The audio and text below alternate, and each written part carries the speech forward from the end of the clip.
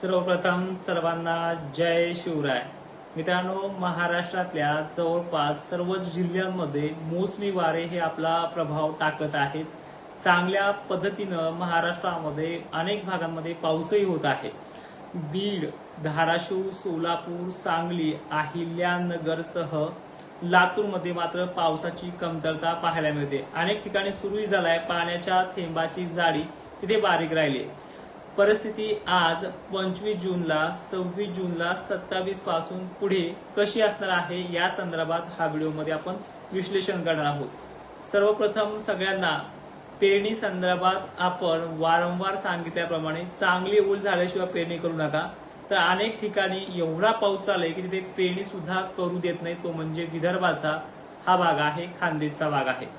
सर्वाधिक मागे राहणारा जिल्हा जो आहे तो म्हणजे जळगाव जिल्हा। इथे अनेक ठिकाणी नदी नाल्यांना पूर परिस्थिती निर्माण झाली, त्यात विदर्भातही अनेक भागांचा समावेश आहे। तर आज 25 तारखेला छत्रपती संभाजीनगरच्या गंगापूर, पैठण या भागांमध्ये चांगली हजेरी पुन्हा एकदा संध्याकाळपर्यंत लागणार आहे।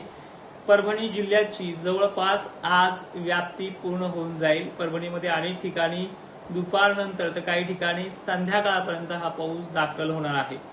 आंबड, घनसावंगी, मंठा, परतूर, आष्टी या भागातही संध्याकाळी पाऊस आहे। तर परभणीच्या आणि हिंगोलीच्या वसमत, सेनगाव, कळमनुरी परिसर, रिसोड, नांदेड जिल्ह्याच्याही अनेक भागांमध्ये आज जवळपास व्याप्ती पूर्ण होऊन जाईल। परभणीच्या मानवत, सेलू, जिंतूर पट्टा, पाथरी, गंगाखेड परिसर तर पालम हा देखील भाग आहे। मुखेड, भोकर, उमरखेड हा देखील परिसर आहे। तर आता इकडे पश्चिम महाराष्ट्रात पाथर्डी, पैठण, कडा, आष्टी, जामखेड पट्टा, शिरूर परिसर तालुका हा देखील आज पावसाच्या रडारवरती येणार आहे। त्याचबरोबर परंडा, कुरुंदवाडी, बार्शीचा पश्चिम एरिया हा देखील आज मध्यम ते चांगल्या पावसाच्या रडारवरती येणार आहे। पण पेरणीची घाई एकानेही करायची नाहीये। बार्शी नंतर वैराग परिसर, तुळजापूरमध्ये अनेक ठिकाणी दमदार पावसाची शक्यता राहील। मंगळवेढा परिसरातही आज दिलासा आहे, पण सर्व दूरचा नाहीये। त्याचबरोबर आज 25 जूनला बीडमध्ये धारूर परिसर या भागाचा समावेश आहे। माजलगाव परिसर आहे, गेवराई पट्टा आहे, गढी हा पट्टा आहे, शहागड हा देखील पट्टा आहे। त्यानंतर परिस्थिती उत्तरेकडील भागांना सुद्धा म्हणजे बीड, आष्टी, माजलगाव परिसर बऱ्यापैकी आहे, पण चांगला पाणी झाल्याशिवाय पेरणी करू नका। धुरळ पेरणीचा सल्ला नाही। त्यानंतर पळी, वैजनाथ हा देखील भाग आहे। अहमदपूरचा देखील उत्तर साईडचा भाग आहे। गेवराई नंतर जो काही खालील येणारा पट्टा नांदेडपर्यंतचा देलगूर परिसर देखील आहे। त्यानंतर इकडे बघूयात आपण आज विदर्भातल्या जवळपास अकोला, खामगाव, यवतमाळ, पुसद, वाशिम इथे चांगला पाऊस आहे। अमरावती सुद्धा, अचलपूरच्या उत्तरेकडील भागांना मोठ्या पावसाची संकेत आहेत। हिंगणघाट, नागपूर, चंद्रपूर हा देखील भाग आज चांगल्या पावसाच्या रडारवरती आहे। तर भिवंडी, मुंबई हा देखील भाग आज चांगल्या पावसाचा आहे। त्यानंतर परिस्थिती संध्याकाळी किंवा मध्यरात्री 25 जूनला ही लातूरच्या अनेक भागांमध्ये सुरुवात करेल आणि बीडचा मात्र आज अनेक भाग बरोबर लिंबा गणेश परिसर, पश्चिम भाग, दक्षिण भाग, माजर सुंबा पट्ट्यातही सुरुवात करेल। पाऊस, गरमीची लेवल आणि वाऱ्याचा जोर ह्याचा प्रमाण वेगवेगळ्या पद्धतीने आहे। म्हणजे पाण्याच्या थेंबाची जाडी या भागात बनत नाही। पाऊस या भागातही सर्व दूर सारखा पडतोय, पेडवलता किंवा नुसता पत्रावून पाणी वगळल्यासारखा ही पद्धत या भागामध्ये चालू आहे। तो म्हणजे बीडचा, लातूरचा, धाराशिवचा, सांगलीचा भाग। मग या भागातल्या पेरण्या सुरळीत कधी पार पडू शकतात का? वाऱ्याचा जोर या भागामध्ये कधी किती तारखेपर्यंत आहे तर ते देखील लक्षात घेऊया। कमीत कमी 26 तारखेपर्यंत वाऱ्याची जी काही कमजोरीपणा आहे तो जास्त प्रमाणात जोरदार वारे हा पद्धत आहे। त्यानंतर ह्या वाऱ्याचा जोर 27 पासून पुढे कमी होईल आणि त्यानंतरच या भागाची 100% असणारी व्याप्ती पूर्ण होईल। त्यामध्ये 27, 28, 29 ही तारीख उजळू शकते। तोपर्यंत पेरणीची घाई नसावी।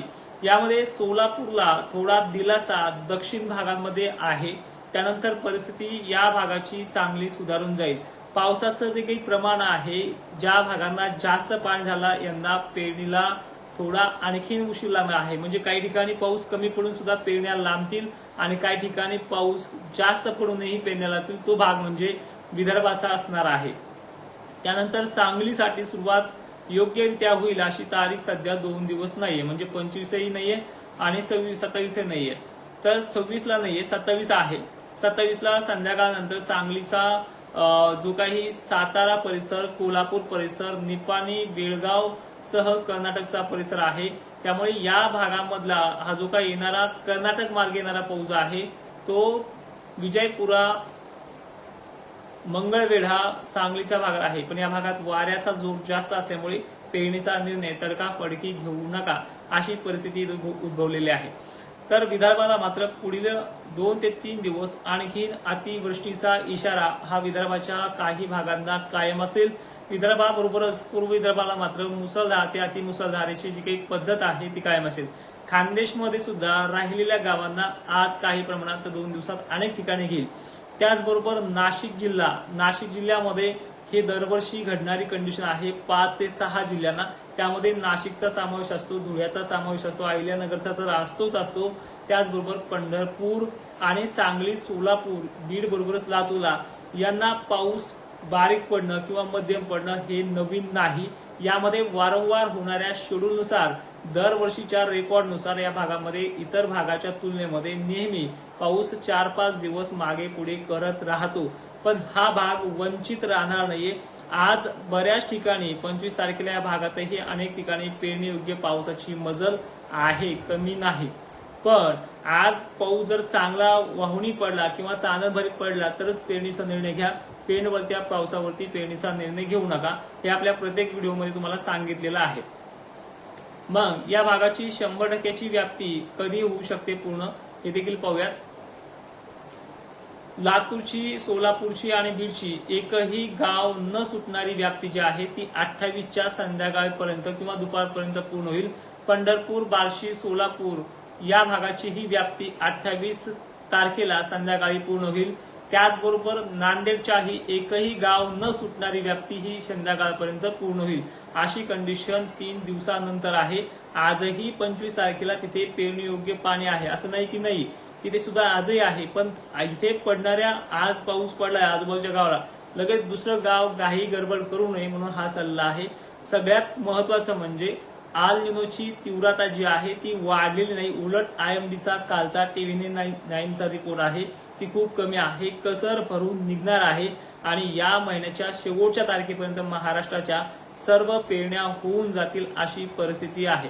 त्याचबरोबर कालपर्यंत ज्यांच्या धुरळ पेरण्या झाल्यात, ज्यांच्या पाऊस पडला देखील आहे चांगला, त्यांना आजही वातावरण बनवून संध्याकाळपर्यंत पाऊस दाखल होईल अशी पद्धत आहे. माझी सध्या पेरणी चालू असल्यामुळे माझे व्हिडिओज थोडे कमी झालेत सकाळपासून, पण तरी सुद्धा अनेक जणांच्या फोनमुळे हा आग्रह खातर व्हिडिओ करतोय.